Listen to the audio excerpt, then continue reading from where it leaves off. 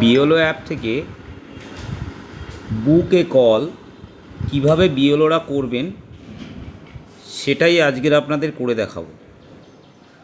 আপনারা যেটা করবেন, প্রথমে আপনাদের বিওলো অ্যাপটি খোলার পর আপনাদের এখানে বুক এ কল বলে যে অপশানটা আছে, এই অপশানটাতে আপনারা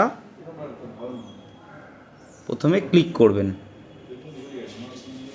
ক্লিক করার পর এখানে দেখুন দেখাচ্ছে একটিমাত্র ব্যক্তির বুকে কল এখানে রয়ে গেছে। এই ব্যক্তির বুকে কলটি আপনি করতে গেলে আপনাকে এই যে পাশে যে অপশানটি আছে, এই যে অপশানটি আছে, এই অপশানটায় আপনাকে ক্লিক করতে হবে। করলে আপনার মোবাইলে অটোমেটিক এই নাম্বারটি ডায়াল কলে চলে আসবে।